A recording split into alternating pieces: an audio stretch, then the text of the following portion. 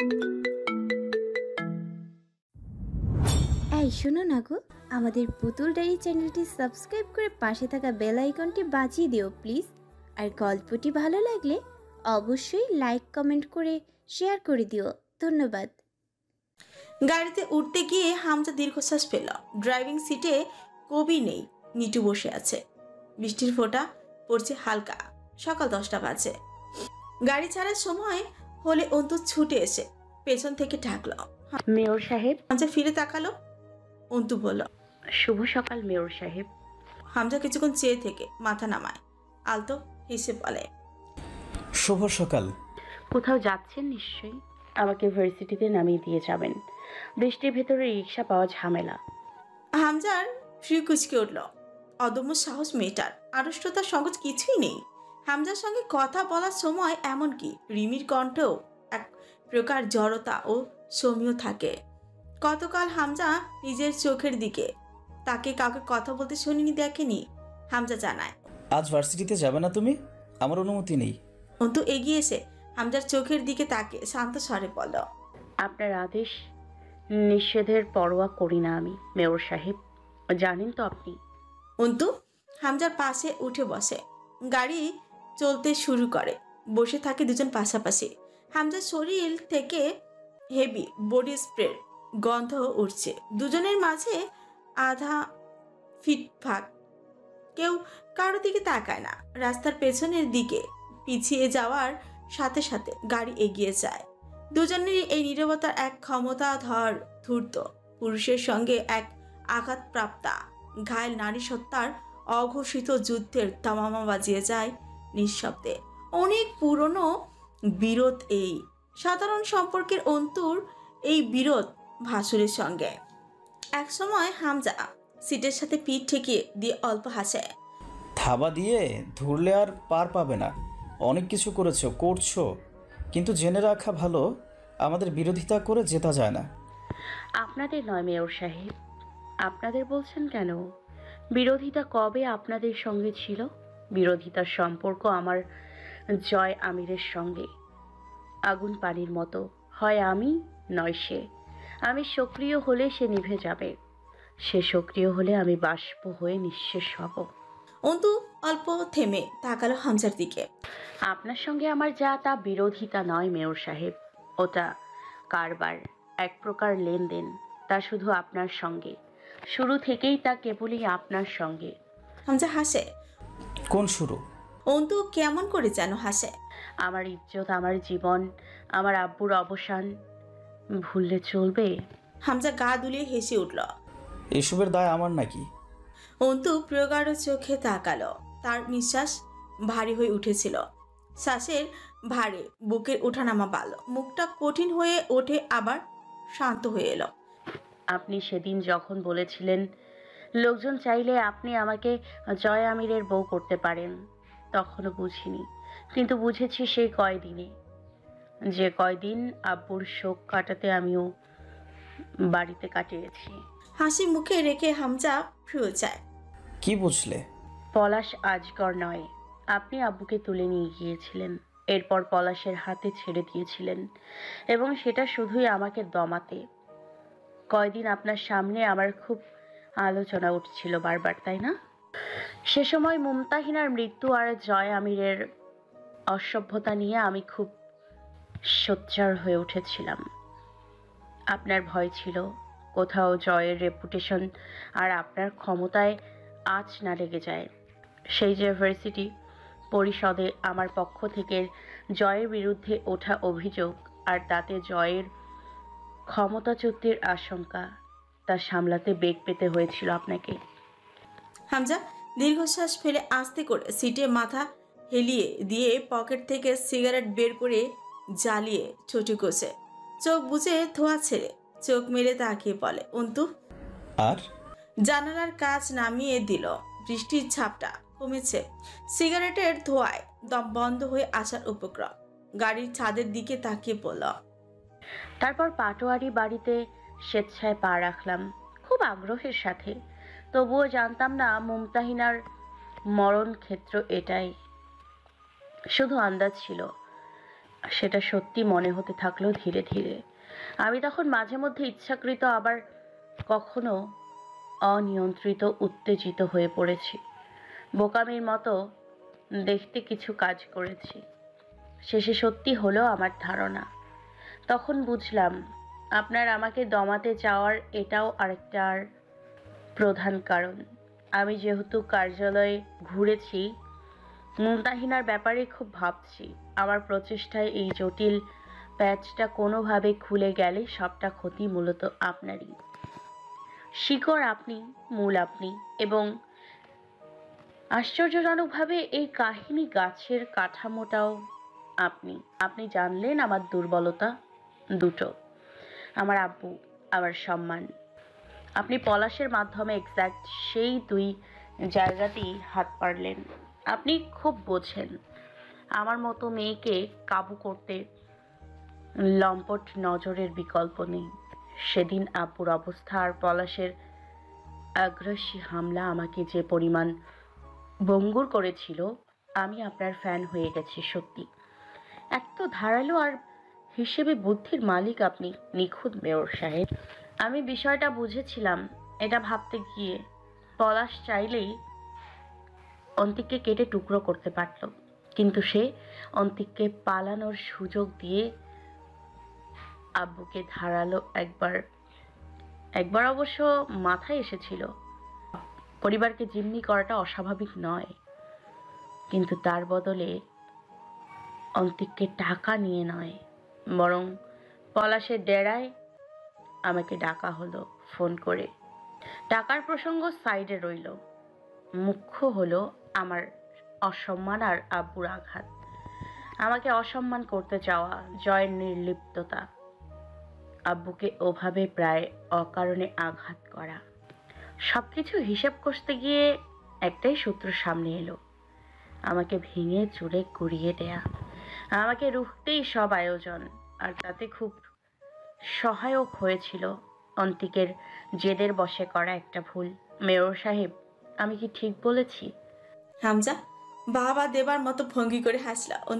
তুমি সুযোগ পেলে আসলে খুব ভালো ইনভেস্টিগেটর অথবা লয়ার হতে পারতে, কিন্তু আফসোস সেই সুযোগটা না পাবার ফলে তোমার এমন তীব্র মেধা বিফলে যাবে। অন্তু হাসল। আব্বু একটা কথা বলতো। প্রিয় উচাই হামজা। আচ্ছা, কি বলো তো? বলতো শিক্ষা সুযোগের অপেক্ষা করে, কিন্তু অভিজ্ঞতা সুযোগকে কেড়ে নেয়। তোমার সে অভিজ্ঞতা আছে বলে মনে করছো তুমি যে আমার কাছ থেকে সুযোগ কেড়ে নেবে? অন্তু গাড়ি থেকে নেমে ফিরে তাকালো। আপনার পিঠ দেয়ালের কাছাকাছি। এটাকে সতর্কবার্তাই ধরে নিন মেয়র সাহেব। খুব বেশি সময় পাবেন না নিজের ধারালো মস্তিষ্ককে কাজে লাগাতে। চাল চালতেও অল্প সময় দরকার পড়ে। ততক্ষণে হামজাকে টের পেয়ে ভার্সিটির ছেলেরা গাড়ি ঘিরে ধরেছে। সেই ভিড়ের মাঝে মিশে গেল অন্তু। হামজা শান্ত ভঙ্গিতে কেবল চেয়ে রইল সেই ভিড়ের কোলাহলে ছাপিয়ে। তার মনে হচ্ছিল অন্তুকে নিয়ে আরো সতর্ক হওয়া ছিল, কিন্তু আর কত? নিজের ধারণ করা একটা কথা মনে পড়ল। আঘাতপ্রাপ্ত কোনো নারী যদি কুচুকরি হয়ে ওঠে, সেই নারীর তৈরিকৃত ফিতনাকে মোকাবেলা করা অসাধ্য হয়ে পড়ে। তুলির ঘর থেকে বেরোয় না রিমি নিশ্চয়। গোটা বাড়িটা যেন মৃত্যুপুরী হয়ে উঠেছে। সেখানে বসবাস 6 জন মানুষের, কিন্তু তারা সকলেই যেন মৃত। জয় বাড়িতে থাকে কদাচি, যতক্ষণ থাকে হয় ঘুম নয়তো বেহেড থাকে। এখন আর সবাই একসাথে টেবিলে বসে খাওয়া হয় না বাড়িতে। তুলির রুমে খাবার দিতে গিয়ে অন্তু দেখলো তুলি নামাজে বসেছে। অন্তু ভাবে কেউ কেউ বেশি কষ্টে ধর্ম বিমুখ হয়ে পড়ে, কেউ বা ধর্মমুখে। তুলির কাছে বসে থেকে লাভ নেই, সে কথা বলে না। হাসলে দেখতে উম্মাদিনীর মতো লাগে। অন্তু রুমে ঢুকে জয় গোসল করে বের হলো। ক্ষত বিক্ষত বুক পেট, কি ভয়ানক সব দাগ, গর্ত হয়ে আছে। কোথাও বা সেলাইয়ের দাগ, কোথাও চামড়া ঠেলে মাংস বেরিয়ে আছে। গলায় লাল গামছা ঝুলছে, পরনে আরেকটা গামছা। সে তোয়ালে ব্যবহার করে না। তার পোশাক গামছা, লুঙ্গি, শার্ট প্যান্ট, হাফ প্যান্ট, পাঞ্জাবি পরে হামজার ধমকে লোক দেখাতে। নামাজটাও কয়েকবার তেমন ভাবে পড়তে হয়েছে। লোকের সামনে পড়ে গেলে ভালো মানুষই দেখাতে নামাজে যাবার ভঙ্গি করেছে হামজার কথা। এতে একটা আলাদা মজা আছে তার মতে। মানুষকে ধোকা দেওয়া দারুণ এক মজার বিষয়। নয়তো তার কোনো ইচ্ছে নেই মানুষের কাছে ধার্মিক প্রমাণিত হবার। অন্তুকে জিজ্ঞেস করল, লুঙ্গি কই আমার? ঘরওয়ালি খাবে। এনে দাও। দুঃখিত। জয় ঠোঁট উল্টে কাজ ঝাঁকালো। ওকে, তাইলে গামছাটা খুলে শুয়ে পড়তে হবে। ভেজা গামছা পরে তো আর শোয়া যায় না। জয় গামছার গিট্টুতে হাত রাখে। আর দেখলো না অন্তু। বিদ্যুতের গতিতে পেছন ফিরল, দু চোখ খিচে বন্ধ করে পড়ল। বেহায়া নির্লজ্জ বেটা ছেলে, আল্লাহ মুক্তি দিন। পেছন থেকে উচ্চস্বরে হো হো করে হাসির শব্দ শোনা গেল জয়ের। সেই হাসিতে ঘর বাজছে। জয় বলল, তাকাও তাকাও, পেছন ফিরে তাকাও ঘরওয়ালি, সিনারি দেখাই। অন্তু চিবিয়ে বলল, আপনার মতো নোংরা লোকেই কেন ছিল তকদিরে? তোমাদের মতে যিনি তকদির লেখেন তাকে জিজ্ঞেস করা উচিত। আমি তো ওসব তকদির ফকদির মানি না। অন্তু দুই হাত মুখ ঢেকে দাঁত খিচে বলল, পশুর চেয়েও অধম পুরুষ মানুষ আপনি, জাহান্নামে যান। তার ধারণা জয়ের দ্বারা সব সম্ভব। আসলেই যদি গামছা খুলে দাঁড়ায়, অন্তুর গা গুলিয়ে এলো। তখনই জয় সামনে এসে দাঁড়ালো। লুঙ্গি এনে দেবে নাকি হাতটা টেনে মুখ থেকে সরিয়ে দেব? অন্তুর হাত মুখ ঢেকে দৌড়ে বেরিয়ে গেল রুম থেকে। জয় হাসতে হাসতে লুটিয়ে পড়ে। গামছা সে খোলেই নি, তার সভ্য বউ তো তাতেই বেকাবু। লুঙ্গি এনে দেখলো জয় আলমারি থেকে একটা নতুন লুঙ্গি পরে সিগারেট ধরিয়েছে। ক্ষুদ্র হাতে লুঙ্গিটা জয়ের সজোরে মুখের উপর ছুঁড়ে মারল অন্তু। জয় লুঙ্গি সরিয়ে জোরে জোরে হাসে, তারপর বলে, একটু ভাত টাত খাইয়ে দেবে? বিষ দেব। তা দাও, সমস্যা নেই, কিন্তু তোমার হাতে খাইয়ে দাও। আপনার হাতে বোমা পড়েছে নাকি? তোর মুখে বোমা পড়ুক শালি, ভাত আন। জয়ের অশ্লীলতা আজও অন্তুর ভেতরে আগুন জ্বালায়। এতগুলো দিনও সয় না নিজের এমন অসম্মান। দুটো দীর্ঘশ্বাস টেনে শান্ত স্বরে বলল, এভাবে নয়, যেভাবে বললে আনবো সেভাবে বলুন, নয়তো জানেন এখানে না খেয়ে মরলেও ভাত পাবেন না। অন্তুকে টেনে কাছে দাঁড় করিয়ে চোখের দিকে তাকায় জয়।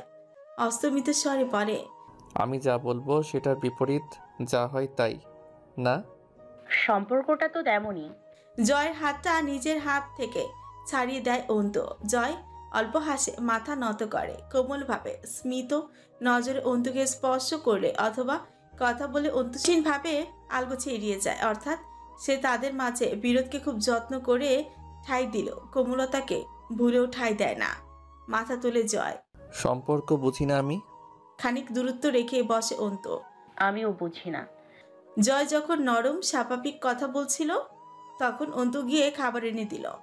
তার আগে নয়। জয় হাসে, কপালে আঙুল চেপে ঠোঁটে ঠোঁট গুজে হাসে।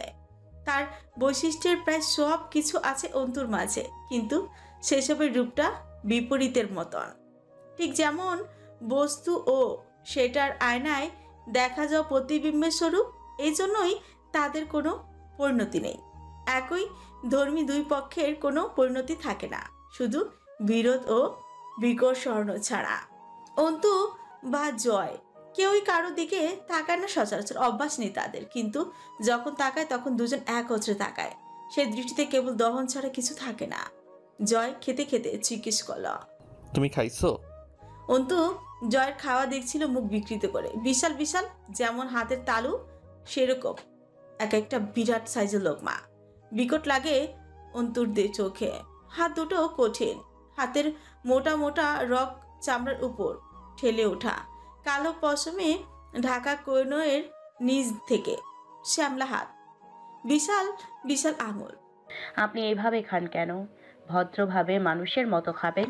এরপর জয় আবারও বিশ্রীভাবে খাবার খেতে শুরু করল।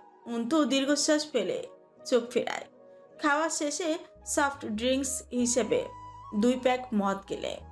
রাত 1:30 অবধি উপর হয়ে বিছানার ওপর পড়ে রইল। জয়ের রুমের বেলকনির দরজার পাশে একটা মরিচা ধরা রকিং চেয়ার আছে। অন্তু সেই চেয়ারটাই বসে থাকে, কোলে বই, কিন্তু অন্তু পেছনের দিকে মাথা হেলিয়ে চেয়ারে বসে দুলতে থাকে, চোখ দুটো বোঝা। জয়ের রুমের একটা পেন্ডুলাম ঘড়ি আছে, ঘন্টার পর পর ঢং ঢং করে বাজে। জয়ের খুব পছন্দের জিনিস এটা। হামজা কোথা থেকে কিনে এনেছিল, জয় কেড়ে নিয়েছে। অন্তু খানিকক্ষণ তাকিয়ে থাকে জয়ের দিকে, মুখ এদিকে ফেরানো, চোখ বুজে আছে, চোখের পাতা কাঁপছে, অর্থাৎ ঘুমায়নি। জয়কে সে রাতে ঘুমাতে দেখেনি। রোজ পাশাপাশি শুয়ে দুজন টের পায় কেউই ঘুমায়নি। পেন্ডুলাম ঢং ঢং করে বাজে, জানায় রাত 1টা বাজলো। অন্তু উঠে গিয়ে অল্প একটু জায়গা নিয়ে শোয়, চুপচাপ পাশ ফিরে শুয়ে থাকে। তার আর জয়ের মাঝে অসীম দূরত্ব। সেই দূরত্বকে সাথী করেই দুজনেই রাতের পর রাত পাশাপাশি শুয়ে কাটিয়েছে। শেষ রাতে কখনো কখনো জয়ের হাতটা এসে অন্তুর শরীরের উপর পড়লে অন্তু তড়াক করে সজাগ হয়ে উঠেছে, সরিয়ে দিয়েছে জয়ের হাতখানা। অন্তু চিত হয়ে শোয়, একটু চুপ থেকে বলে, জয়। বেশ খানিকক্ষণ পর জয় জবাব দেয়। হুম। অন্তু আর কথা বলে না। ভেতরে জমে আসা সংশয় দ্বিধা ভেতরে দাফন করে। তার কেউ নেই। এই পাশে শুয়ে থাকা মানুষটা কারো নয়, বা তারও কেউ নয়। ভাবির খোঁজ জানে না সে। আম্মু কি হালতে আছে জানা নেই। হামজা তার সঙ্গে কি করবে তাও জানা নেই। জয় উঠল। বাইরে তখন ঝমঝমিয়ে বৃষ্টি নেমেছে। অন্তু উঠে বসলো, বলল, আমি যাব আপনার সঙ্গে। জয় জবাব দিল না, তাকালো না, বেরিয়ে গেল। অন্তু জগ ভরা পানি নিয়ে জয়ের পেছনে ছুটল। জয় কোনো রকম প্রতিক্রিয়া দেখালো না। সিঁড়িঘরের দরজা খুলে হনহনিয়ে কয়েক সিঁড়ি এগিয়ে গেল জয়। তার হাঁটার ধাপ বড় লম্বা সরে, ঘুটঘুটে অন্ধকার। অন্তু অভ্যস্ত নয়, তার পা ফরকে যায়। জগটা শব্দ করে পড়ে গেল, পানি ছিটিয়ে পড়লো চারিদিকে। মুহূর্তের মাঝে হাত বাড়িয়ে পরন্ত অন্তুকে জাপটে ধরল জয়। পড়লে মৃত্যু অথবা সেরকম কিছু হতে পারত। অন্তুর বুকে অনেকক্ষণ ছিপছিপ চলছিল। জয়ের থেকে নিজেকে ছাড়াতে চায় অন্তু। জয় আটকে ধরে, গম্ভীর স্বরে বলে, আমার কাছে আসো কেন? যখন দূরত্বই সই তখন প্রয়োজনেও বা আমাকে চাওয়া কেন? তোমরা ভালো মানুষেরা স্বার্থপর হও খুব। অন্তু স্থির হয়ে দাঁড়ায়। সবটা ভুল নয় আপনার কথা, তবে আংশিক ভুল বুঝেছেন। তাই নাকি? অন্তুর হাতটা চেপে ধরে জয়। অন্তু বলে, আমি নামতে পারবো। জয় চাপা ধমক দেয়। চুপ। বাকি সিঁড়িটা অন্তুর হাত চেপে ধরেই নামায় জয়। স্থির হয়ে দাঁড়ায় দুজন। এমন অন্ধকারে নিজের শরীরটাও কিঞ্চিত দৃশ্যমান নয়। অন্তু বলে, আপনি যেচে পড়ে উপকার করে খোটা দিচ্ছেন। তো কি ফেলে দিয়ে মেরে ফেলার ছিল? বাঁচিয়ে রাখার মানুষ তো নন আপনি আমার, জয় আমির। এই যে বললেন আমরা স্বার্থপর, আপনি বুঝি স্বার্থহীন? আর স্বার্থহীন মানুষেরা সমাজে বসবাস করে এবং সাথে এমন সব কুকর্ম করে বেড়ায়। স্বার্থের জন্য খারাপ কাজ করি আমি? নিঃস্বার্থে আপনি মানুষ মারেন, চারিদিকে এত সব করে বেড়ান। নিঃস্বার্থে মানুষ সন্ন্যাসী হয়, সংসার ধর্ম ত্যাগ করে পাগল বেশে ঘুরে বেড়ায়। ক্ষমতার সাগরে নিজেকে ভাসিয়ে মোহমুক্তির পথে চলে যায়।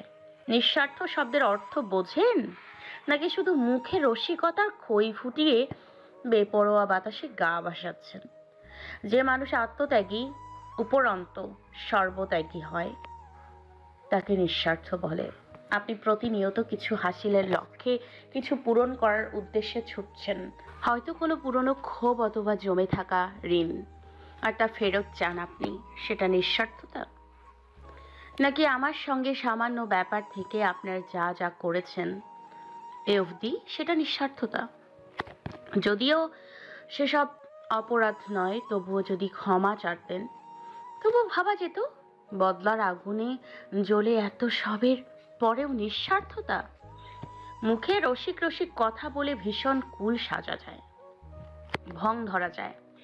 আপনি খুব চাপা, খুব বেপরোয়া, লালসাহীন, বিশাল রহস্যময় মানুষ আপনি। শব্দের প্রয়োগ শিখবেন। আমি আপনার কাছে প্রয়োজন ফোরাতে আসিনি। আপনারা সেই ব্যবস্থা করেছেন যাতে আমি আপনাদের অধীনস্থ হই। এখন দায় ওঠাবেন না।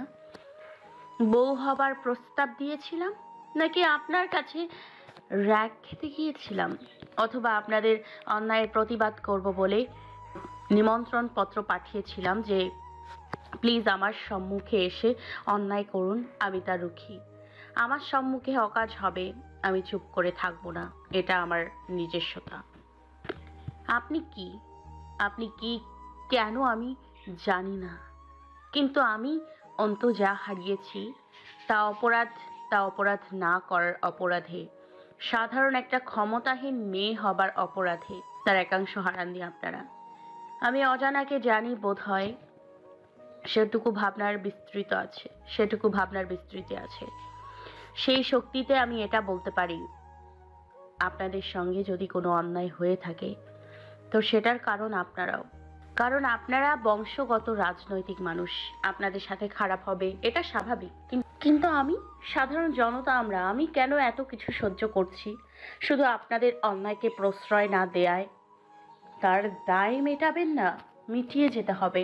আমি আমার হারানো সবটুকু শোধ পুড়িয়ে নিয়ে মরব বোধ হয়, কারণ আমি আপনার মতো নিঃস্বার্থ নই। আমার মা ভাবি, আমার সম্মান, আমার ক্যারিয়ার রাস্তায় ভাসছে, সেসবের হাল ধরতে হবে। জয় অন্তুর চুল মুঠো করে ধরলো। অন্তু হাসে। কি করবি তুই? ইস, সত্যি কথা নিতে পারেন না আপনারা। কখন বললাম কি করব? কি করার আছে আমার? হাত তো বাঁধা আপনার নামের শিকলে। কথা ছলে ছলচাতুরি? শুনেছিলাম চোরকে কাবু করতে চোরের মতো করে ভাবতে হয়।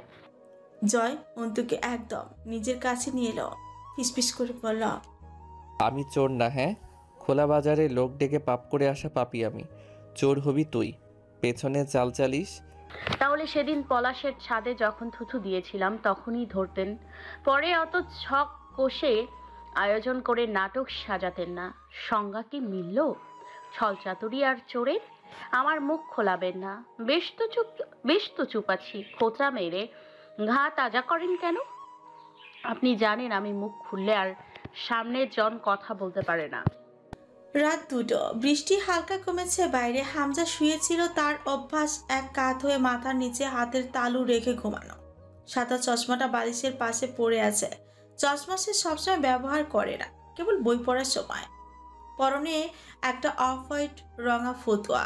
সাদা পাজামাটা উঠে আছে ঠ্যাঙের কাছে। কালো কুচকুচে পশমের দিকে অনেকক্ষণ তাকিয়ে রইল রিমি। হাতে ছাদ থেকে তুলে আনা শুকনো কাপড় চোপড়। রিমি আগে একা অন্ধকার ড্রয়িং রুমে যেতে ভয় পেত, এখন আর লাগে না। আরমিন পারত, এখন সেও পারে। রিমি পাথর হয়ে দাঁড়িয়ে রইল দরজার সামনে। তার কিছু ভালো লাগে না আজকাল। সে কত খুশি ছিল সংসার জীবনে। ছোট্ট বয়সে কলেজের পড়ালেখা অবধি ছেড়েছিল এই লোকটার খাতিরে।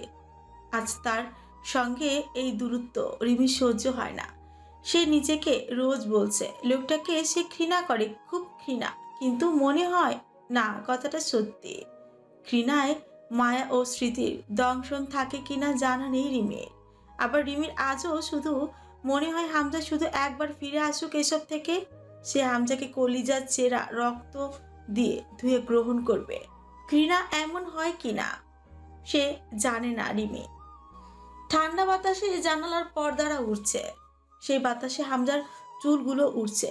রিমি অস্থির বুকটাকে নিয়ে মেঝেতে বসে পড়ল হামজার সামনে। কান্নাটা থামানো যাচ্ছে না। এসব সময় কান্না ঠেকানো যায় না, খুব মুশকিল। সে আসলেই ঘৃণা করে লোকটাকে, কিন্তু এটা ভাবলেও কষ্ট হয়। কেন? এক সময় কাউকে প্রচণ্ড ভালোবেসে তারপর একবার তাকে যদি প্রচণ্ড ঘৃণা করতে হয়, সেটা করুন এক যন্ত্রণার। এই যে রিমির ভেতরে যে প্রাচীর দাঁড়িয়ে আছে, লোকটাকে ভালোবাসার ছোঁয়ার অধিকার দেবার অথবা সমর্থন করার, এটা অসহ্য। রিমি এক দৃষ্টিতে তাকিয়ে রইল। গম্ভীর মুখখানা নেতা নেতা ভাব ছড়ানো, কঠোর। ভদ্রলোক লাগে হামজাকে দেখতে। সেই ভদ্রলোকের মাঝে সূক্ষ্ম এক ধূর্ততা, সাথে ভাবুকতাও। সময় পেলেই চোখে চশমা এঁটে ভারী ভারী সব বই খুলে বসতে দেখা যায়। তবু কিসের নেশে ছুটছে হামজা?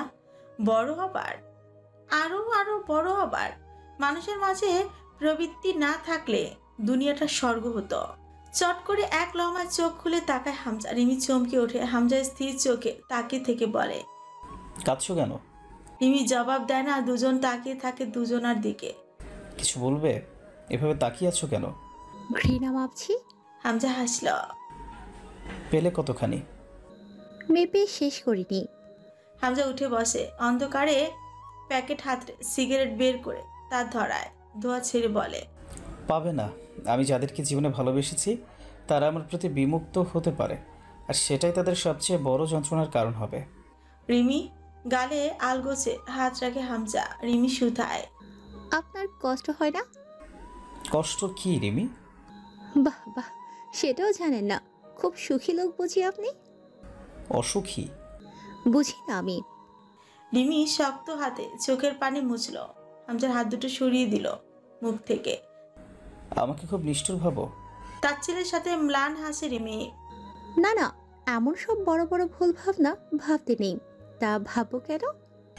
এরকম সব কথা কে শেখাচ্ছে আরমিন? আমার মুখ নেই? হামজা চট করে হাসে, হাসির সাথে তামাকের ধোঁয়া উড়িয়ে বলে, মুখ তোমার, কথাগুলো নয়। আপনারা আরমিনকে ভয় পান? নারীর প্রতিশোধ পরায়ণতা ও জেদ খড়ের গাদায় লাগা আগুনের চেয়েও ভয়াবহ। তা শুধুই ধিকি ধিকি করে জ্বলতে জ্বলতে উপরের দিকে ওঠে, সব নিঃশেষ না করে নেভে না। তাহলে আরমিন সফল? হামজা গভীর চোখে তাকায়, কণ্ঠস্বর শ্লথ করে আবদার করে। একটু কাছে আসবে? রিমির মনে হলো হামজা এক নিষ্ঠুর ও কৌশলগত শিকারী, যার মুখের বুলি অথবা বর্ষার চেয়েও ধারালো।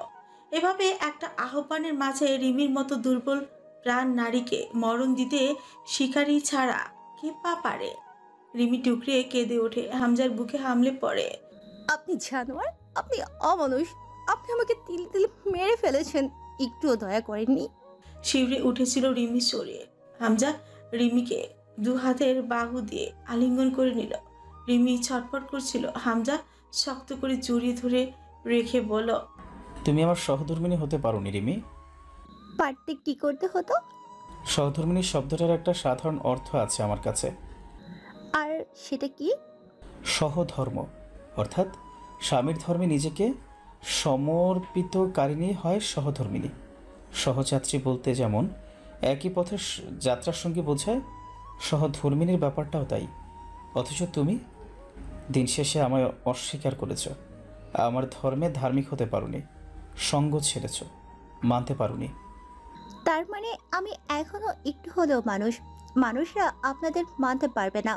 হামজা অনেকক্ষণ তাকিয়ে রইল, কেমন করে যেন শান্ত ও স্থির দৃষ্টি, একটু বিস্ময় তার চোখ দুটো। হিসাব মেশিন যেন কিছু মাপছে, হিসাব করছে। তার শেষে বলল, সেখানেও বলি রিমি, তোমাকে তৈরি করা হয়েছে। রিমি চোখ দুটো বুঝে হিংস্র হাতে হামজার ফুতোর কলার খামছে ধরে, তাতে দত চেপে ছটফট করতে করতে বলে, কিচ্ছু শেখানো হয়নি। আমি ঘরের আসবাব নই, মানুষ। আপনি যে পর্দা আর খাস্টার সীমায় আমায় বন্দি রেখেছিলেন, তা কোনো এক আঘাতে ভেঙে গেছে, এই তো। তবুও তো আপনার সব পাপকে প্রশ্রয় দিয়েছি, তো শুধু মনে মনে মানতে পারছি না। আর তো কিছু করার নেই আমার, নয়তো আজও পর্যন্ত পড়ে আছি আপনার এই নরকে। আমিও তো সমান পাপী, এত ভাবছেন কেন?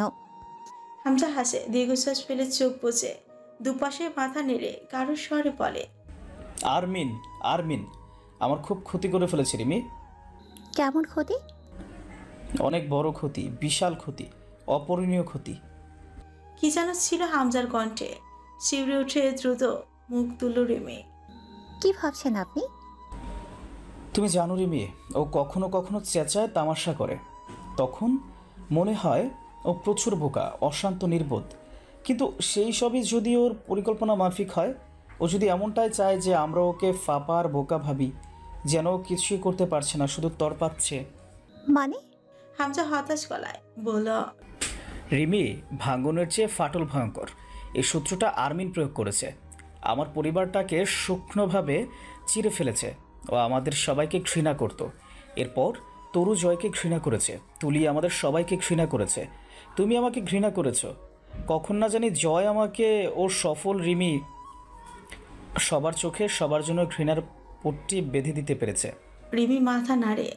আপনি ওর বিরুদ্ধে ভড়কাতে চাইছেন আমায়? হামজা দীর্ঘশ্বাস ফেলে হাসল।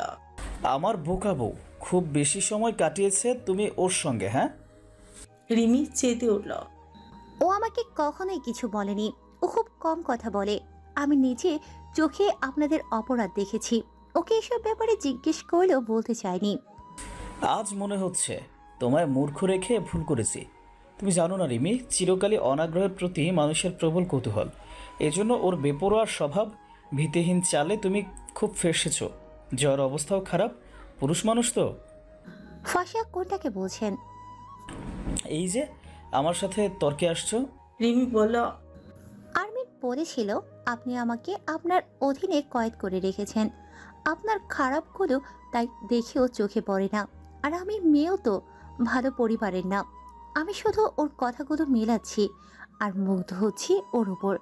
হামজা হেসে রিমিকে বুকে টেনে নিল, শক্ত করে চেপে ধরে চোখ বুঝল। ওকে বন্দি রেখেছিলাম যাতে বাইরে বেরিয়ে কিছু পাকাতে না পারে।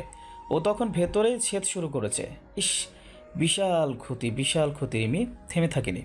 হামজার বুকে এভাবে সে হাজারবার মাথা রেখে তলিয়ে গেছে স্বর্গ সমুদ্রে।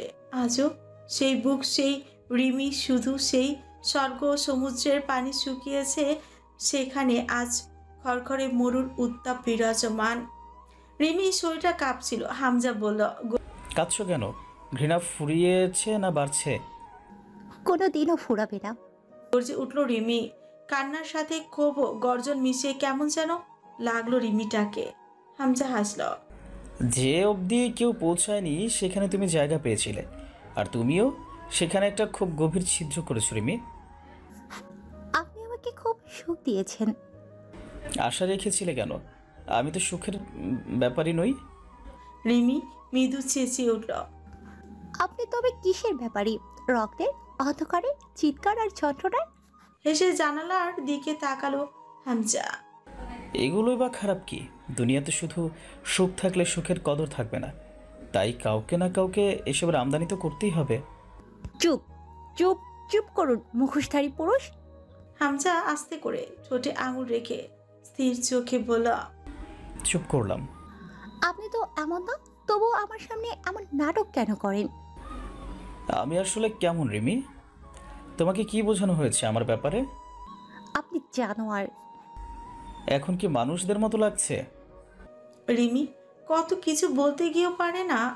চোখ বুজে এলোমেলো শ্বাস পেল শব্দ করে।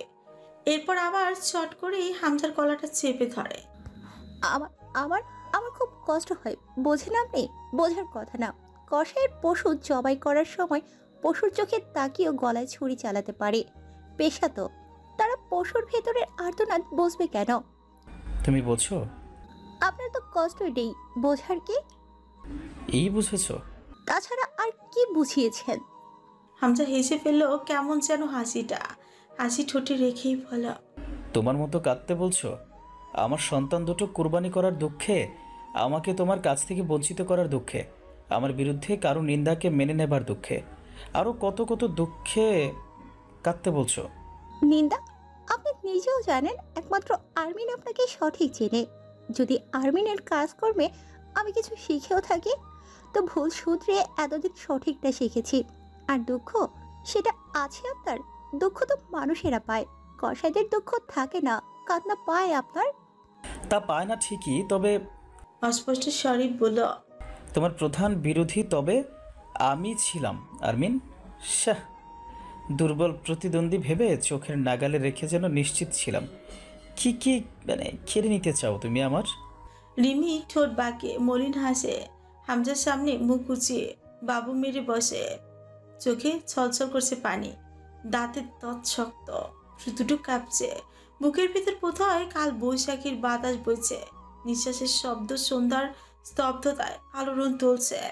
রিমিও এবার দৃষ্টি স্থির করলো হামজার চোখে। বারবার ঢোক গিলছে বুকের সাথে, শরীরটা নড়ে নড়ে উঠছে চঞ্চল চোখে। হামজার গোটা মুখ বারবার চোখ বোলাচ্ছিল। হামজা আচমকা শব্দহীন হেসে উঠল। চোখের পাতা নেমে এলো হাসির সাথে বলা, এভাবে তাকিয়ে থেকো না, চোখ দুটোকে সামলাও। হামজা ওরকম দুটো গভীর দুঃখের সাগরে তলিয়ে গেলে কারবার সামলাবে কে? কেন তাকান আমার দিকে? আপনার তো কষ্ট নেই, অনুভূতির অভাবে ফেটে চৌচির জমির মতো আপনি। হামজা অনর নির্বিকার মুখে ও অতল গহ্বরের মতো চোখ দুটো মিলে তাকিয়ে রইল। আর্মিন আর কি করেছে আমি জানি না, তবে আপনি এতটাই নির্লিপ্ত যে আমার দেওয়া শাস্তিও আপনার নির্লিপ্ততায় প্রতিফলিত হয়ে আমার উপরেই ফিরে এসেছে। আপনি এখনো অটল, একটু শেখাবেন আমায় এত কঠোর প্রাণহীন হতে? আমার না ভিতরে খুব তীব্র অনুভূতি আর আবেগ খুব জ্বালায় আমাকে। আমি আপনার মতো উদ্দেশ্যপ্রবণ হতে চাই, যাকে টলানো অসম্ভব। হামজা হেসে মাথা নাড়ে দুপাশে, নীরবে ব্যাপারটা অস্বীকার করে নিচু করে চোখ। রিমি জোর করে থুতনি ধরে হামজাকে নিজের দিকে তাকাতে বাধ্য করে, শক্ত কঞ্চে বলে, তাকাতে চাচ্ছেন না কেন? তাকান, তাকান আমার দিকে। আমি আপনার নিষ্ঠুরতা দেখতে চাই। আপনি আমার উপরে ঠিক কতটা উদাসীন ছিলেন আর কতটা দায়সারা ছিলেন তার হিসেব করতে হবে তো। কারণ আমি আপনার চোখের সেই সব মিথ্যে মুগ্ধতা আর কর্তব্য পরায়ণ চাহনিকে ভালোবাসা ধরে নিজেকে সঁপেছিলাম। তাকান আমার চোখের দিকে। হামজা চোখের পাতা নড়ে উঠল। রিমি বলল, বিয়ে তো সবাই করে মেয়র সাহেব, সংসারও করে যায় দিব্যি। কিন্তু আমি যে বয়সে আপনার বউ হয়ে এসেছি, না ছিল বয়সের মিল না অনুভূতির। কিশোরী বয়সে এক তরতাজা পুরুষের কর্তব্য আর হাতের বাঁধনের প্রেমে পড়ার অপরাধে কি কি শাস্তি আর দেবেন দিন। আজ সামনে আছি আমি, আপনার হাতের নাগাল ছেড়ে বেরোবার পথ তো নেই। সবটুকু শাস্তি দিয়ে দিন, দিনে দিনে সইতে পারছি না। হামজা মুখ খুলতে চাইলো, রিমি হামজার ঠোঁটে আঙুল চাপে। চুপ চুপ চুপ। কেমন হাঁপানি রোগীর মতো নিঃশ্বাস ফেললো রিমি। কেন এভাবে ভালোবাসার ঢং করছিলেন? আমার তো বয়স কম, আমি আপনার এত গভীর মারপেস বুঝি না। আমার চারিদিকে প্রেমে পড়ে বেড়ানোর বয়সে প্রায় জোর করে বিয়ে করে আনলেন। বিশাল এক নেতার ঘরের আদরে আহ্লাদে বউ হলাম। ও বাড়ি যেতে চাইলে যেতে দেননি, আপনার আশেপাশেই পড়ে থাকতে বাধ্য করেছেন। আর তাতে আমার নারী মনের সবটুকু অনুভূতি আপনার উপর আটকে রইল, অন্য কোথাও মনোযোগ যাবার সুযোগ পেল না। বিয়ের পর হাতে গুনে আপনার গন্ধ মিশে থাকা এই রুম থেকে বাইরে বেরিয়েছি। রিমির স্বর থরথর করে কেঁপে উঠল। আর আর কোথায় যাব আমি? হ্যাঁ, আমার গন্ডি আপনি অবধি। এবার বলুন, সেই পুরুষটার কাছে এমন সব বিশ্বাস ভাঙা আঘাত পেতে আমার কেমন লেগেছে? আর কতটা শাস্তি বাকি আমার? পুতুল বানিয়ে রাখতে ওরকম ভালোবাসতেন, ঘরে আটকে দুনিয়ার থেকে আলাদা করে রেখে শুধু আপনার মাঝে বিলীন রাখতে এসব আয়োজন। ঠিক আছে, তা সফল হয়েছে। যে বয়সে মেয়েটা উচ্ছৃঙ্খল হয়ে ওঠে, আমি আপনার ঘরণী হয়েছি। সারাদিন পাক্কা গিন্নির মতো সংসার সামলানো আর দিন শেষে স্বামীর ঘরে ফেরার অপেক্ষা। আমার মাথায় এছাড়া আর কিছুই রইল না। আর সবটা আপনি, আপনার ঘর সংসার, আপনার পাঞ্জাবিটা, গামছা, লুঙ্গি, পছন্দের খাবার, পছন্দের সাজ, কি পেলাম দিন শেষে? এক অমানুষের ক্ষমতালোভী কুকুর স্বভাবের পুরুষের জন্য আমার এত কিছু। হামজা শুধু চেয়ে রইল চুপচাপ। রিমি বলল, আপনি ঠিক, যতদিন না আর্মিন এ বাড়িতে পা রেখেছে, এসব যে আমি কি করেছি তাই জানতাম না। ও আমাকে তুলনা শিখিয়েছে, এসবের হিসেব কষার সূত্র শিখিয়েছে ওর ব্যবহার। কিন্তু ওর কোনো চেষ্টা ছিল না আমাকে শেখানোর। ওর চরিত্রটা আকর্ষণীয়, আমি নিজেই ওকে ফলো করতে লাগলাম। একটু একটু ধারণা করতে থাকলাম ওকে। ও গোলামিকে ঘৃণা করে, ও যা করে সবের পেছনে একটাই চিন্তা, দিন শেষে যেন অনুভূতির অপচয় না হয়ে যায়, কারো কাছে নত না হয়ে যেতে হয়। আর কেউ যেন এইসব দুর্বল অনুভূতির নাম ধরে ক্ষমা না পেয়ে যায়। আজ যেমন আমি পারছি না আপনাকে পর্যাপ্ত ঘৃণা করতে, কারণ আমি এক দুর্বল অনুভূতির জালে বন্ধি। ও আমাকে স্বামীকে ভালোবাসতে নিষেধ করেনি, ও আমাকে কিছুই বলেনি কখনো। শুধু ওর চালচলনই আমাকে চিনিয়েছে কোন সীমাটা মানুষকে মানুষ আর অমানুষ হিসেবে ভাগ করে। হামজা হঠাৎই রিমির ঠোঁটে ঠোঁট চেপে ধরল। খানিক পর একটু আলগা করে বলল, চুপ। আর্মিনকে অথবা আর্মিনের ধরনকে জয় সহ্য করতে পারে, আমি পারবো না। ওর এক ফোঁটাও আমি তোমার মাঝে বরদাস্ত করতে পারি না। তুমি আমার বউ, আর্মিনের সামান্য একটুও তোমার মাঝে থাকবে না। তো বলছেন চলে এসেছে, তাহলে সেটা কি আপনার জন্য কষ্টকর? হামজা তাতে দত পিছল। আমার জন্য যন্ত্রণাদায়ক। এই খেলায় ওকে জিততে দেওয়ার ভুলটা আমি করব না রিমি। আমার সবচেয়ে শক্তিশালী শত্রু ওই মেয়েটা। তুমি বুঝতে পারছো না ও কি খেলা খেলছে? থম মেরে গেল হামজা। চুপ করে গেল আচমকা 2 সেকেন্ড থেমে রইল, কিছু ভাবলো। এরপর রিমির ঠোঁটে গাঢ় একটা চুমু এলো, খুব হিংস্র চুমো। রিমির ওপর যেন কঠিন এক আক্রোশ প্রকাশ পেল। খানিক বাদে ছেড়ে দিয়ে উঠে দাঁড়িয়ে বলল, একটা সত্য কথা শুনবে রিমি? পেছন ফিরে রিমির দিকে তাকিয়ে বলল, রিমি তুমি যা করেছো আমার সঙ্গে, আর আমার থেকে তোমার এই মুখ ফিরিয়ে নেওয়া আমাকে যে যন্ত্রণাটুকু দিচ্ছে, কসম তোমার জায়গায় অন্য কেউ থাকলে তার শরীরের প্রত্যেকটা হাড় ছড়িয়ে আলাদা আলাদা করে দাফন করতাম। কবর হতো 206টা। আফসোস, আমি জয়ের পর আরও একজনকে ধারণ করে বসেছি ভেতরে। একসময় সুধায়। আপনি যে বললেন কি খেলা খেলছে আরমিন? হামজা চুপচাপ জানলা দিয়ে কিছুক্ষণ চেয়ে থেকে অদ্ভুত স্বরে বলে, কঠিন কিছু। কেমন কঠিন? ভয়ানক কঠিন। এর ফল আমি তাকে দিলে নিতে পারবে কিনা তা নিয়ে বড় চিন্তা হচ্ছে আমার।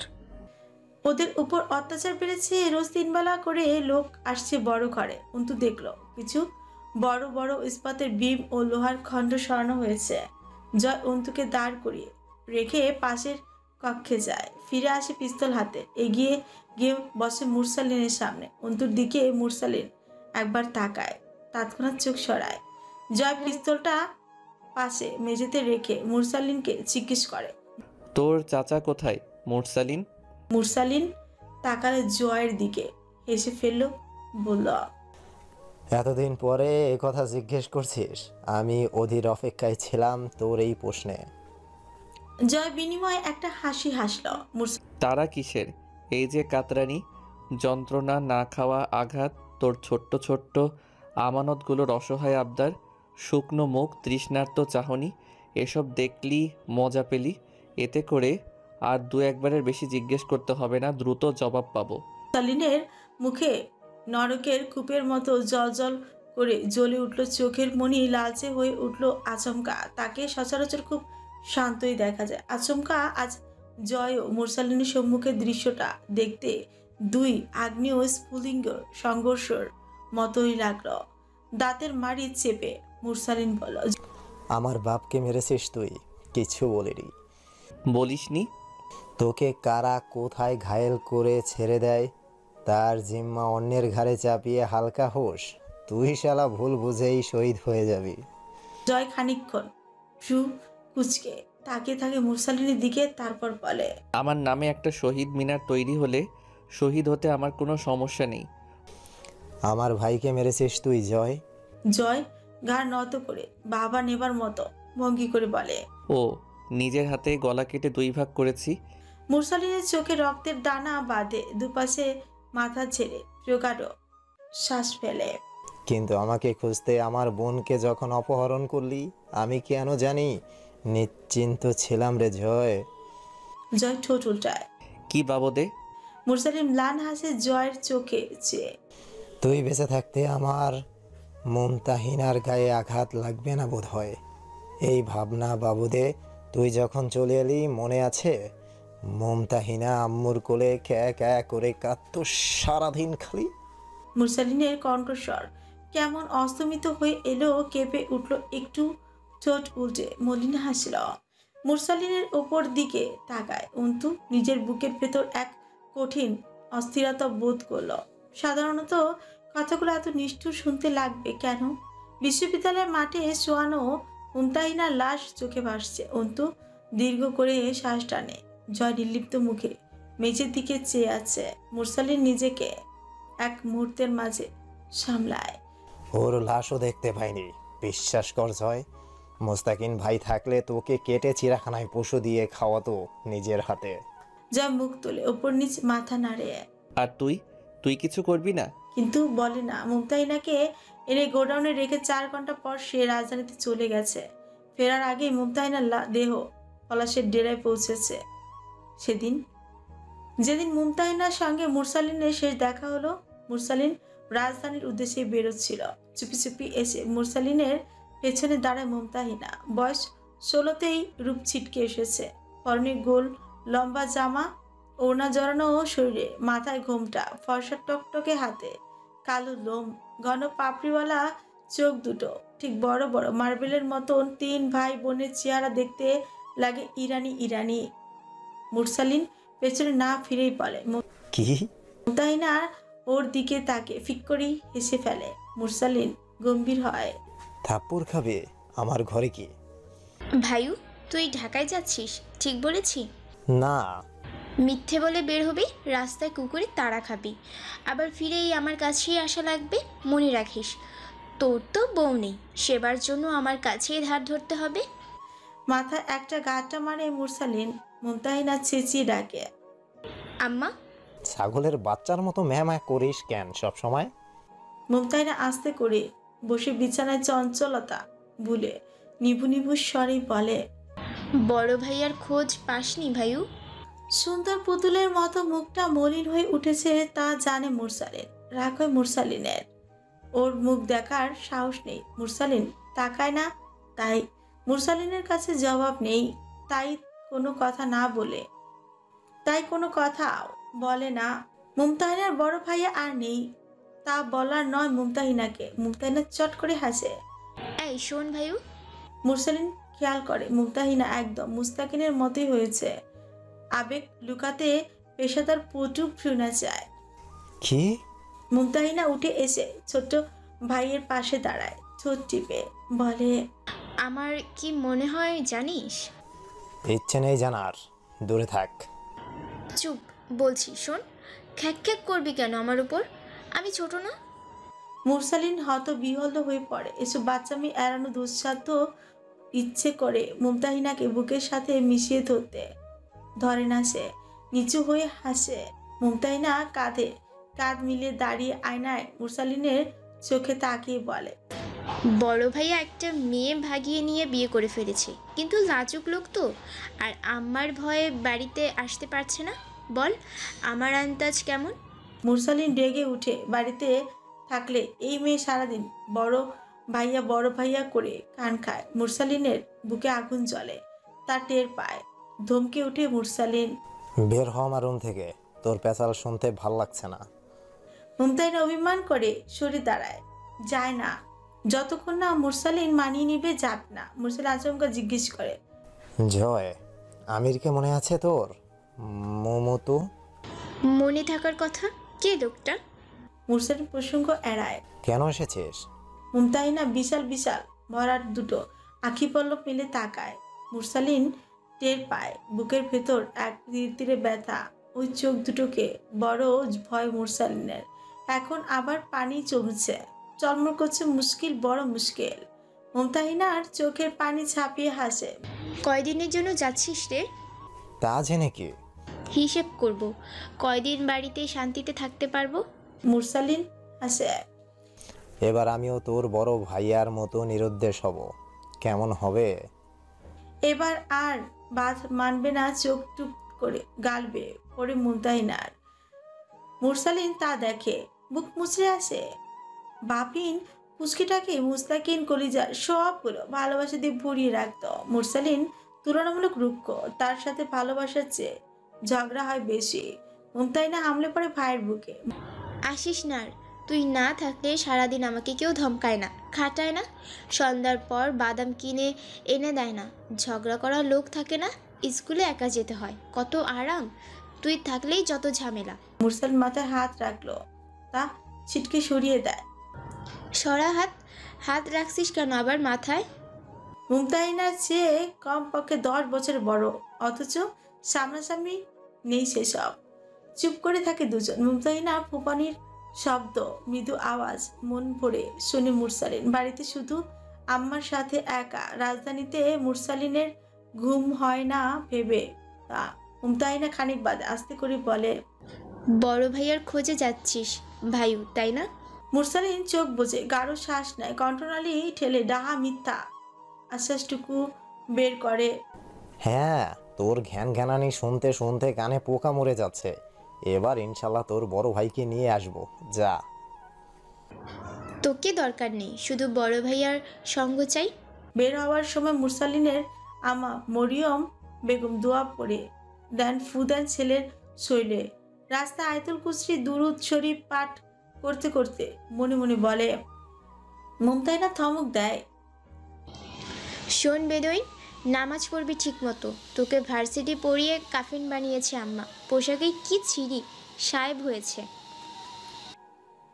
মুরসালিন গাঁটটা মেরে মাথায় একটা বাঁশের চ্যাগারে ঘেরা বাড়ির সামনের পথটুকু পেয়ে মুরসালিন পেছন থেকে মুমতাহিনার মাথায় ওড়না তুলতে তুলতে দিয়ে বলে, এই শোন ভাইউ, শোন শোন। মুরসালিন পেছন ফিরে মুমতাহিনার মুখ নামিয়ে দাঁড়ায়। মুরসালিন হাসে। কিছু লাগবে না তোর, তাই তো? মুমতাহিনার চোখ তুলে হাসে। দুই ভাই বোন একে অপরের চোখে তাকিয়ে সমান তালে হাসে। মুমতাহিনা মুরসালিনের হাত শক্ত করে চেপে ধরে রাখে। ভারী শ্বাস ফেলে দুজনই। এত কিছু বলতে চায় দুজন, বলা হয় না বরাবরই কারোরই, কেবল চুপচাপ চেয়ে থাকে। একসময় মুমতাহিনা হাসি সামলে বলে, ফেরার পথে একটা ঢাকায় শাড়ি নিয়ে আসিস তো। মরিয়ম বেগম পেছন থেকে শাসন করে। খবরদার, ওসব কিছু না। শাড়ি পরা লাগবে কেন? হ্যাঁ, বেশি স্পর্ধা। ধার্মিক পরিবার, সৈয়দ পরিবার, সেখানে মেয়েদের বেলাজ হয়ে চলার নেই। মরিয়ম বেগম রাগ করেন। মুরসালিন গম্ভীর হয়। পারবো না আনতে। মুমতাহিনা হাসে। তোর ঘাড় পাবে, যা বিদায় হতো এবার, আর আসিস না তাড়াতাড়ি। অন্তু স্তব্ধ হয়ে শুনে সেসব। জয়ও ওভাবে বসে আছে, কোনো হেলতোল নেই, না আছে মুখে অভিব্যক্তি। অন্তুর মনে হয় জয় বুঝি লোহার খণ্ডগুলোরই এক টুকরো। মুরসালিন হাসে। ঢাকাই শাড়িটা এখনো আমার ফ্ল্যাটে পড়ে আছে। পরার মেয়েটা পালিয়েছে আমাকে রেখে। প্রথমে ভাই গেল, তারপর বোনটাও। আমি একা আছি, মেরে ফেল আমায়। ও আমার পরিবারে আর আছে আম্মা, তার খোঁজ চাই জয়, সে ছাড়া আর কেউ নেই। বাগানের রাস্তায় পেছনের লোহার গেটে আঘাত করে হালকা আওয়াজে ভেসে আসছে। রাত বোধহয় 2টো পার হয়ে এসেছে। কেউ এসেছে। কড়াঘাতের আওয়াজ কেমন যেন শোনাচ্ছে। গা ছমছম করে উঠে। মৃদু হলদে আলোয় বিশাল ঘরটা গুমট। কথাগুলো দেহ ছড়িয়েছে আছে। জীর্ণ শীর্ণ যেন ময়লা সাদা কাপড়ের স্তূপ। কড়াঘাত কারো হচ্ছে। জয় উঠে যায়। পিস্তলটা পড়ে থাকে মেঝেতে। সেই ফাঁকে অন্তু আব্দুল আহাদকে বলে, কতদিন আগে আটক হয়েছে তোমরা, মনে আছে? জবাবটা আব্দুল আহাদ দিতে পারে না। ওরা এতটাই দুর্বল ও অসুস্থ হয়ে পড়েছে। এছাড়া ওদের সেই হিসেব নেইও। মুরসালিন জবাব দিল, এখানে সময় আবদ্ধ, আর এই অবস্থায় দিন মনে রাখা অসম্ভব। তবে আমার একটা হিসাব আছে, মাস 1.5-2 মতো হবে, কম বেশি হতে পারে। অন্তু তাকায়। চোখাচোখি হলে দুজনই চোখ নামায়। অন্তু ঠোঁটের ঠোঁট কুচি নিয়ে আস্তে করে বলে, মুসল্লিন মোহন। কয়েকদিন আগে ঘটনাক্রমে আমার আনসারি মোল্লার সঙ্গে কথা হয়েছে। মুরসালিন ভ্রু কুচকে ফেলল। আপনার সঙ্গে? অবাক হচ্ছেন কেন? মুরসালিন চোখ নামায়। কি বলেছেন উনি? জিন্না আমির আপনাদের হাতে বন্দি। এটা আনসারি ভাইজান বলেছেন? আমি বলছি। পাশ থেকে এমদাদ বলল। অন্তু হাসলো আলতো। মুরসালিন জিজ্ঞেস করল, আনসারি ভাই কি বলেছেন আপনাকে? তার সঙ্গে আপনার সাক্ষাৎ হলো কি করে? মুরসালিন সন্দিহান হলো। আপনি তো এখানে আসার সুযোগ পান না। আজ যদি না আসতে পারতেন, আমাকে খবরটা দিতেন কিভাবে? আমাদের ব্যবস্থা হবে ইনশাল্লাহ, আর না হলেও দুঃখ নেই। আমি বেঁচে থাকা অথবা মৃত্যু কোনোটা নিয়েই আশাবাদী নই। আপনি কেন করেছেন, কি করেছেন সেটা আর জানতে চাইলাম না, কিন্তু আপনি আমাদের জন্য নিজেকে বিপদে ফেলবেন না। অন্তু হাসল। মুরসালিন একবার তাকালো অন্তুর দিকে। অন্তু সন্দেহী গলায় জিজ্ঞেস করল। জবাবটা দেবার সময় পেল না মুরসালিন। জয়ের সঙ্গে 4 জন ঢুকলো। আজ চয়ন নেই। দোলন সাহেব, বাপ্পি, কামরুল, সঙ্গে আছে রবিউল। পেশায় সে মেকার, আসলে দালাল, রাজনীতির দালাল সব। দোলন সাহেব অন্তুকে দেখে ফিউ কুচকালেন। তা দেখলো জয়। মেয়ে মানুষ কেন বারবার এইসব কারবারে থাকবে? আগের দিনও জয়ের বউকে এখানে উপস্থিত থাকতে দেখা গেছে। জয়কে আস্তে করে বললেন, তোমার স্ত্রী এখানে কি করছে? জয় দৃষ্টিকটু লাগে ব্যাপারটা, বুঝেছ? তাকে এখানে আনো কেন? জয় জবাব দিল না। বাপ্পি মণ্ডল ঢুকেই গজরাতে গজরাতে মুরসালিনের দিকে এগিয়ে যায়। ঢাকায় এক সম্মেলন ও মিছিলে ছাত্রদলের লাঠিকাতে তার 2 ভাইয়ের মৃত্যু হয়। সে জানতে পেরেছে সেই ছাত্রদলের লিডিংয়ে মুরসালিন ছিল। মুরসালিনকে বোঝা যায় না সে যে আসলে কি চায়, কোন দলকে সমর্থন অথবা বিরুদ্ধাচরণ করে, অথবা করেই কিনা। জয় এসে বসলো আবার মুরসালিনের সামনে। দোলন সাহেব বললেন, শেষ একটা চেষ্টা করব। মুরসালিন একটা স্টেটমেন্ট দেবে, নয়তো দায়িত্বটা সরাসরি আইনের হাতে হস্তান্তর করাই শ্রেয় হবে। মুরসালিন হ্যাঁ না কিছুই বলো না। ওরা যে স্বীকারোক্তি চাইছে তা বেঁচে থাকতে দেবে না মুরসালিন। দোলন সাহেব বললেন, বাংলাদেশের রাজনীতিতে দল হিসেবে কোনটাকে সমর্থন করতে পছন্দ করবে তুমি? অকপট জবাব দিল মুরসালিন। দলহীনতাকে, দল শব্দটাই বাংলাদেশের কালচার। কোনো দলই এই বাংলার জন্য শুধুই ধ্বংসাত্মক ছাড়া আর কিছুই নয়। আর আমি তাই এমন এক দুর্যোগ চাই যাতে করে বাংলাদেশের প্রধান আলোচিত বিশিষ্ট দলগুলো সমূলে উপরে যাক। তাদের কোনো চিহ্নই বাংলাদেশের মাটিতে না থাকুক। শুধু আমরা সাধারণ মানুষ থাকব, আমাদের দেশ আমরা থাকব। সেখানে গণতন্ত্র প্রতিষ্ঠা হোক অথবা কমিউনিজম প্রতিষ্ঠা হবে, সাম্যবাদের জায়গা চলবে, সমাজতন্ত্রের ছায়ায় আমরা বাঙালি মানুষের মতো বেঁচে থাকতে পারবো এক জীবন। আবার এতেও সেই একই হাল হবে কিনা বাংলার জানি না, তবুও আশাবাদী আমি। দোলন সাহেব অবাক হবার মতো অভিব্যক্তি প্রকাশ করলেন। তুমি কমিউনিস্ট মুরসালিন? না তো। দোলন সাহেব হাসলেন। তুমি কি খেলছো মুরসালিন? আমি তোমাকে বুঝতে পারি না। আমিও না স্যার, শুধু এতটুকু জানি ক্ষমতার লোভে সাধারণ মানুষ, শিশু, নারী, নিরপরাধীদের ওপর অপবাদ এবং তার জের ধরেই এই যে মৃত্যুদণ্ড, কারাবরণের হিড়িক চলছে, এটা আমি নিতে পারি না। আর তা অন্তত কমাতে আমি সব দলকে হাতের হাতিয়ার হিসেবে ব্যবহার করতে পারি। অথচ কারো প্রতি আমার অনুরাগ নেই, কারণ আমি জানি দেশের জন্য কেউই উপকারী নয়। ধীরে মাথা নাড়ালেন দোলন সাহেব। বুঝলাম, বামপন্থী রাজনীতিকেও সাপোর্ট করো তুমি। তোমাকে যদি ফাঁসি দেওয়া হয় তো আসলে কোন অপরাধে দেওয়া হবে? প্রত্যেকটা অপরাধে একটা করে ফাঁসির রায় শুনবে তুমি, কিন্তু জীবন তোমার একটা। এই সৌভাগ্যকে আমি আমার জীবনে স্বাগত জানাই স্যার।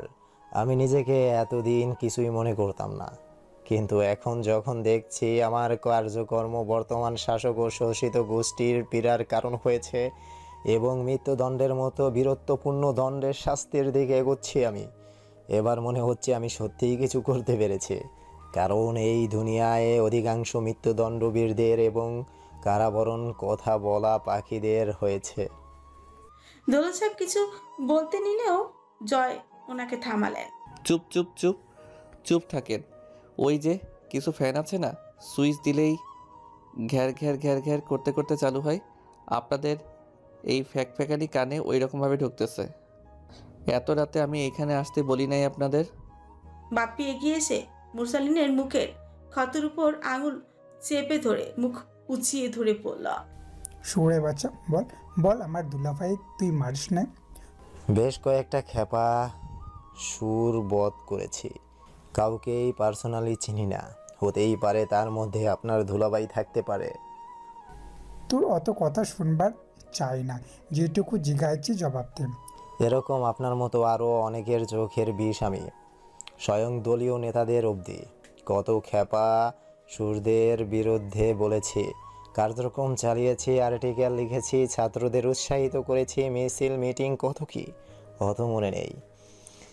বাপ্পি পশুর মতো গর্জে উঠে এমদা তো তৌফিককে দুটো লাথি মারল।